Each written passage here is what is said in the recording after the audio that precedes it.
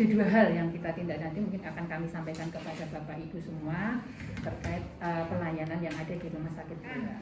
Nama saya Norbirsyah Bertawati, saya selaku Kabid Pelayanan di Rumah Sakit Blora. Kemudian di sebelah saya, monggo, Mining. Ya, saya Sri Miningsih selaku Kabid Keuangan di RSUD Blora. Kemudian di sebelah sana, Saya Mas Ana selaku Kabid Umum di RSU Dr. RSUD. mungkin yang kita rawat ceritanya tanggal 9 November 2022. Oke, memang beliau datang ke kami, ke UGD itu dengan keluhan mungkin nyeri dada, ya, kemudian ada sesaknya, kemudian dari tim kami melakukan pelayanan sesuai dengan prosedur. Untuk screening di IGD kami masih menggunakan pemeriksaan antigen, perlu menjadi catatan bawah, ya.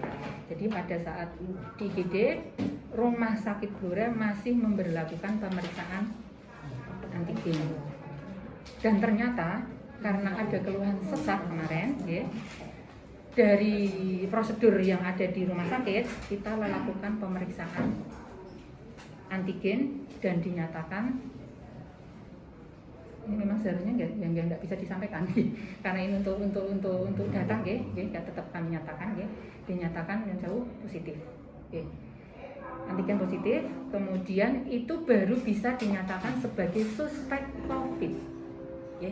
Tadi belum tentu COVID. Untuk penegakan diagnosa COVID itu harus memakai pemeriksaan PCR atau TCM. Oke. Jadi kemarin di sini antigen positif berarti suspek. Oke.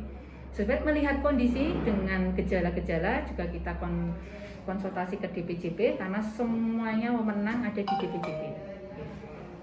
Dengan ada keluhan, istilahnya keluhan di jantung itu kan mungkin perlu pengawasan khusus, akhirnya kan memang disarankan untuk rawat inap. Oke, kita mengarahnya ke jantung karena pada saat itu kan tidak mungkin langsung kita mendiagnosa jantung, tetap harus ada dirawat inap, kemudian kita periksa dan sebagainya untuk menentukan ini kenapa gitu diagnosanya gitu. Karena dengan antigen positif sesuai dengan prosedur kita harus merawat inapkan di ruang isolasi. Oke. Dari info IGD pihak keluarga menolak untuk rawat inap di isolasi, ya, karena memang mungkin kondisi ibunya memang ya pada saat itu memang nyun sewu pada saat itu sudah ada obat yang masuk, fibrinolitik untuk penanganan nyeri dada sebelah kiri, itu namanya obat fibrinolitik, ya memang harganya nyun sewu agak begitu mahal dan itu pun kita sudah memberitahukan kepada keluarga. Di awal memang pasien punya BPJS. Kemudian karena BPJS kita masukkan ke aplikasi. Biasanya kalau tidak aktif langsung kita sarankan untuk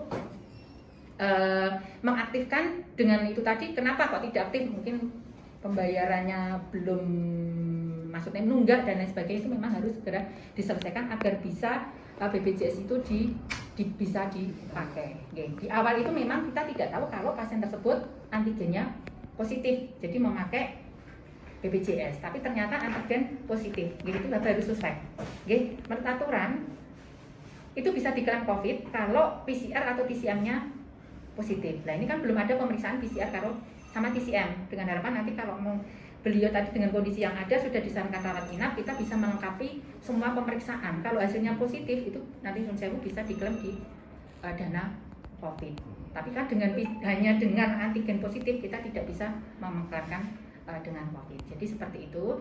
Jadi secara umum karena kita belum tahu kalau antigennya positif, kita memang mengarahkan untuk melunasi dari BPJS dengan harapan nanti bisa ditanggung dengan BPJS. Tapi ternyata antigennya positif. Kalau positif ya memang harus ada pemeriksaan TCM dan PCR baru kita bisa klaimkan ke dana COVID seperti itu. Jadi kemarin karena dia dimondokkan dirawat inap yang isolasi tidak mau mereka jadi pasien umum, dan itu pun kita sudah edukasi ke keluarga juga menyetujui obat yang dimasukkan dengan harga segitu, pasien juga menyetujui. Seperti itu. Jadi dengan catatan di bawah itu di IGD memang sudah ada istilahnya komunikasi dengan keluarga. Kemudian keluarga ke kasir. Jadi kami mohon maaf, kemarin di awal itu pada saat pendaftaran memang pada saat itu di aplikasi kami itu memang pasien BPJS. BPJS itu kan tersambung dari pelayanan laborat, bla bla itu semua tersambung. Aplikasi kami untuk istilahnya kita adalah SIM RS tersambung. Setelah itu karena tadi kok ada antigen positif dan dia APS tidak mau rawat inap, otomatis pindah ke umum. Nah ini untuk umum dari IGD sudah di aplikasi sudah pindah di umum, tetapi yang ruang terakhir farmasi itu belum merefresh. Jadi masih tulisannya BPJS non PBI. Nah, ini jadi kami mohon maaf, ini mungkin kesalahan teknis kami, teknis kami pada saat di laborat itu belum di refresh untuk mengubah pasien BPJS non PBI menjadi pasien umum. Jadi mungkin kemarin itu pada saat keluarga minta rincian obat tetap kita berikan, tetapi masih dalam bentuk diizinkan hanya foto saja, dan di situ masih tertera PBI non BPJS. Nah ini mohon maaf itu karena memang aplikasi kami, kesalahan teknis kami dari pihak laborat itu belum farmasi itu belum merefresh kalau ini pelayanannya dari BPJS non PI menjadi pasien umum. Jadi kami juga tidak akan, yang saya sudah umum kok ini urusannya BPJS non PI nanti kita akan ngeklaim 2 kali, tidak. Tetap kita pasien umum. Mungkin dari kami bidang pelayanan mengklarifikasi seperti itu. Kami menyampaikan bahwa sistem di rumah sakit itu kemudian memang sebagai sebuah sistem. Jadi pasien akan diterima pertama kali di UGD, kemudian sistem itu akan langsung secara otomatis menyambung di mana pasien itu mendapatkan tindakan, termasuk salah satunya adalah mendapatkan obat. Tadi sudah dari Bu Dr. Nurbezia sudah disampaikan bahwa sistem kami pertama kali diterima adalah sebagai pasien BPJS non PBI, sehingga di semua sistem termasuk di kasir yang merupakan terakhir masih berbunyi seperti itu. Tetapi sebagai dia bayar umum, maka kemudian ini tidak akan kami klaim di BPJS. Sudah masuk di rekening penerimaan di tanggal 10 karena kasusnya tanggal 9 malam, sehingga diterima di bendahara penerimaan adalah di tanggal 10-nya. Kemudian kalau bentuk permintaan maaf, kami dari rumah sakit, kebetulan saya pribadi yang kemarin memang menghubungi beliau, putranya beliau Mas Agus, jadi mohon maaf kami sebutkan itu, kami sudah berkonfirmasi. Terus terang memang karena kita sebuah sistem, saya sudah meminta maaf secara kelembagaan, secara pribadi dan secara kelembagaan ke Mas Agus, dan Mas Agusnya juga sudah welcome, sudah bisa menerima penjelasan yang kami berikan begitu terkait dengan dari dia punya pasien dari punya BPJS non PBI kemudian harus membayar karena kasusnya tadi secara rekomendasi kemudian harusnya memang rawat inap, tapi karena beliaunya pertimbangan orang tua sudah sepuh, ketika kemudian nanti dimasukkan nanti kemudian akan semakin memperparah kalau versi beliau. Tetapi setelah mendapatkan terapi yang tadi matur, memang ada satu jenis obat yang memang harganya agak luar biasa begitu ya, dan dari keluarga memang sudah menyetujui dan sudah tahu kalau ada obat itu, sehingga saat masuk jam 6:30 kemudian dibawa pulang jam 10 itu memang kondisi pasien sudah dalam kondisi lebih baik begitu sih. Jadi artinya memang kami juga mohon maaf atas kemudian sistem yang belum berjalan sebagaimana harapan kita, harusnya begitu umum langsung jebret umum begitu ya, tapi ternyata kemudian belum bisa terlaksana sehingga masih ada kata BPJS non PBI nempel di sana begitu. Makanya karena kemudian nempel itu begitu kemudian rinciannya sebetulnya sudah kami sampaikan juga akhirnya. Setelah kemudian pasien melakukan pembayaran, beliaunya sudah terima. Kemarin saya pastikan bahwa kemudian panjenengan sudah menerima begitu ya, kemudian sudah begitu ya pada akhirnya. Dan kebetulan memang adik beliau yang menerima. Dan satu lagi bahwa untuk pembayaran di rumah sakit, karena mengingat rumah sakit kami ini adalah rumah sakit pemerintah, rumah sakit plat merah yang kemudian melayani masyarakat dari berbagai lapisan, sehingga kami dari keuangan itu sudah ada pembayaran cash dan transfer. Jadi kami bisa melakukan dua-duanya dan itu sudah berjalan, bukan hanya pada bulan ini, sudah kemarin-kemarin dan sudah banyak yang menggunakan. Jadi kami tidak mempersulit. Intinya begitu ya, ketika pasien mempunyai cash kami terima cash, ketika kemudian transfer juga kemudian kita izinkan. Jadi itu mungkin yang kemudian saya sampaikan terkait dengan pasien ini, begitu ya harapannya, dan beliaunya juga sudah menerima di akhir pembicaraan, begitu ya. Dan terima kasih masukannya. Kami anggap apa yang kemudian disampaikan oleh beliau adalah masukan yang luar biasa buat rumah sakit ke depannya, karena harapannya bahwa rumah sakit ini kemudian akan menjadi rumah sakit rujukan. Kita tidak berharap bahwa masyarakat kemudian sakit, tetapi ketika kemudian takdirnya harus sakit, harapannya rumah sakit kita kemudian bisa menjadi pilihan dari masyarakat untuk bisa memberikan pelayanan yang maksimal. Jadi begitu. Mengapa Pak Malu? Ya, jadi kami itu menerima. Hanya mungkin kalau kami sudah klarifikasi ke bagian depan kasir yang kemudian menangani, begitu ya. Jadi kronologis ceritanya seperti apa. Kalau kemudian memang ada sedikit kesalahpahaman lah, tapi sebetulnya memang sudah disampaikan kepada yang bersangkutan. Tapi kok akhirnya muncul dengan pembayaran cash, lah itu yang kemudian dari kasir tidak mengetahui. Tetapi kami sudah melakukan pembinaan kepada kasirnya, ke depan akan bisa memberikan pelayanan lebih bagus.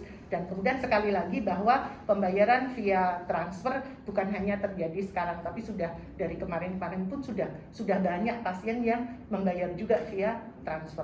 Jadi bisa, jadi bukan berarti tidak bisa. Jadi mungkin ada kesalahpahaman di hari itu gitu ya, di hari itu dengan petugas dan juga keluarga pasien. Bu, kira-kira petugas yang di hari Nanti kami serahkan ke Pak Direktur ya. Yang jelas kalau secara kami sudah memanggil secara khusus 2 kali begitu dari secara personal untuk menceritakan kronologis, dan kemudian kami sudah memahamkan kembali untuk motor rumah sakit lah begitu ya. Motor rumah sakit untuk kemudian dijalankan dengan 5S, dengan kemudian sahabat Dikara sehat begitu ya. Kemudian itu kemudian kita sampaikan ke mereka. Jadi secara khusus sudah ada pembinaan yang kemudian kita lakukan. Lantas dari pihak rumah sakit apakah nantinya akan menjenguk pihak pasien yang kemarin sempat dirawat di sini, dan kondisinya saat ini update terbarunya seperti apa, Bu? Oke. Kami sudah telepon sama beliau putrane begitu ya. Kalau beliaunya malah kemudian bilang begini, ketika kemudian saya tawarkan dulu, enggak Bu, nanti tidak kemudian malah bingung. Yang penting hari ini kita sudah berkomunikasi begitu ya. Jadi kondisinya Ibu sudah menelpon. Jadi saya menelpon itu hari Sabtu sore ya. Sabtu sore itu kemudian saya melakukan interaksi dengan beliau, dan kemudian kalau dari beliaunya tidak usah saja Bu begitu ya. Jadi ini ya karena tadi ternyata setelah mendapatkan terapi beliau kondisinya, kalau kemudian saya tanya begitu ya, memang sudah 2 minggu merasakan gejala jantung. Datang di UGD setengah 7 setelah masuk obat yang kemudian memang harganya agak lumayan ya Bu ya. Harganya memang agak lumayan itu, dan beliaunya tahu 4 juta ya itu untuk 1 kali masuk itu, dan itu memang dimasukkan via infus ya. Jadi begitu infusnya habis, makanya ketika ibunya dibawa pulang itu kan ketika kondisi infusnya sudah habis baru kemudian dibawa pulang. Memang kondisinya sudah lebih seger, lebih baik begitu ya. Bu, terakhir dari saya, pembelajaran apa yang didapat pihak rumah sakit? Akankah dari pihak rumah sakit mengembalikan uang yang sempat dibayarkan secara kesannya kok makso kemarin itu? Itu sudah sesuai tarif. Kita memang di awal sudah Kan tidak boleh via ATM itu, Bu. Itu kan kesalahan dari pihak rumah sakit ya, bukan dari pihak pasien ya, Bu. Pembelajaran apa yang didapat pihak rumah sakit itu? Kalau pembelajarannya jelas ya, kami anggap ini adalah masukan dari masyarakat begitu ya. Kami welcome terhadap masukan-masukan dari masyarakat, apapun itu demi kebaikan untuk pemberian pelayanan ke depannya. Karena sekali lagi kita adalah melayani masyarakat begitu. Makanya begitu kemudian ada kasus, kami langsung mengevaluasi bersama dengan tim apa yang kemudian terjadi kesalahan di sana. Kami kemudian akan menganalisa lagi begitu ya terkait dengan kebijakan. Kebijakan ini sudah ada, bukan diada-adakan. Jadi jauh sebelum ini rumah sakit itu sudah menerima pembayaran via transfer dan juga cash. Karena sekali lagi lapisan masyarakat ada yang memang tidak bisa lewat transfer, harus cash. Ada juga yang kemudian memang era sekarang sudah pakai transfer. Jadi kedua-duanya sudah kita akomodir. Sekali lagi ketika kemudian tadi ada kesalahpahaman sedikit gitu ya, itu kami evaluasi ke dalam. Kami tidak menyalahkan pasien begitu ya. Jadi kami sudah meminta maaf kepada keluarga atas ketidaknyamanan begitu ya. Kalau terkait dengan tarif, kami tidak bisa ngapa-ngapain sih, dalam artian karena tarifnya sudah ada gitu. Jadi tarifnya sudah sesuai dengan yang diperbutkan begitu ya. Jadi semua ada di perbut begitu.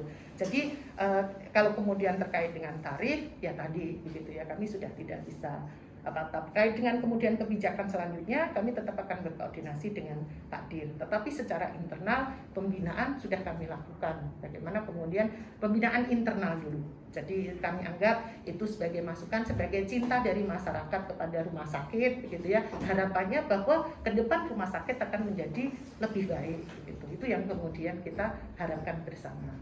Oke, Bu, terima kasih. Mari kita komunikasikan dulu lah, gitu ya.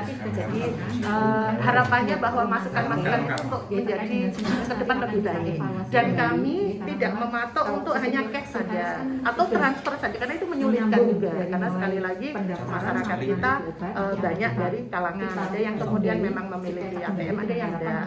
Dan juga kami juga melayani BPJS sesuai dengan aturan BPJS. Kemudian memang sekarang agak berbeda yang pakai sistem paket dengan yang pay for service yang dulu. Jadi monggo untuk kemudian sebagaimana prosedur lah, ya, prosedurnya untuk dijalankan. Hanya di sistem aja tadi saya matur, sistemnya yang kemudian jadi gini, kalau pasien datang di UGD gitu, kan dia didaftar dan ditanyain sama petugas UGD, dia itu mau sebagai apa, mau sebagai pasien umum, pasien BPJS gitu ya, maka kemudian ini akan langsung nge-link dengan apa yang dia di radiologi, berarti karena di sana sudah pakai sistem. Nah ketika di UGD itu kemudian BPJS secara otomatis semua BPJS, awalnya beliau itu kan BPJS non PBI, artinya yang berbayar sendiri gitu kan, yang mandiri gitu. Jadi makanya tertulis di situ. Tapi ketika kemudian ternyata seiring berjalannya waktu, harusnya tadi beliau itu harusnya kan diopnam, dirawat, tapi karena kemudian dia atas keinginan sendiri untuk pulang, maka BPJS-nya nggak bisa dipakai. Dan kami jadi harus juga memberikan pelayanan yang terbaik. Kalau memang BPJS